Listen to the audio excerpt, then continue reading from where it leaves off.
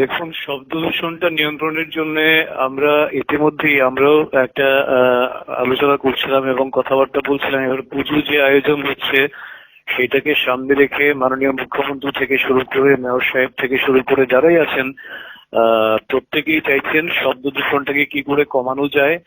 বিশেষ করে যেই শব্দগুলো অত্যন্ত উচ্চ স্বরগ্রামে প্রক্ষেপিত হয় এবং সেই সঙ্গে যেগুলি ভারতীয় সংস্কৃতি কিংবা সভ্যতার সঙ্গে একেবারেই বেমানান, যেগুলি আমাদের মন মানসিকতার উপর ক্ষতিকর প্রভাব বিস্তার করে, পরিবেশ দূষণ তো করছেই, সেই শব্দগুলি সেটা আমরা চাইছি এবং সেই সংক্রান্ত একটা নোটিফিকেশনও সম্ভবত আইসিএ ডিপার্টমেন্ট থেকে বেরিয়ে গেছে ইতিমধ্যেই ওই শব্দ নিয়ন্ত্রণের জন্য। তো অবশ্যই আমরা যেহেতু সেটা চাইছি, মাননীয় উচ্চ আদালত রায় দিয়েছেন, তো আমরা সেটাকে ওয়েলকাম করব। এবং যারা পুজো আয়োজন করছেন, শুধুমাত্র দুর্গাপুজোকে কেন্দ্র করে সেটা হচ্ছে এমন না, প্রত্যেকটা অনুষ্ঠানেই এই সমস্ত শব্দ দূষণ নিয়ন্ত্রণ করা এবং ভারতীয় সংস্কৃতির বাইরে যেগুলি বিরূপ প্রতিক্রিয়া সৃষ্টি করে মন মানসিকতার উপর অত্যন্ত ক্ষতিকর প্রভাব সৃষ্টি করে, এইগুলি অবিলম্বে বন্ধ করার জন্য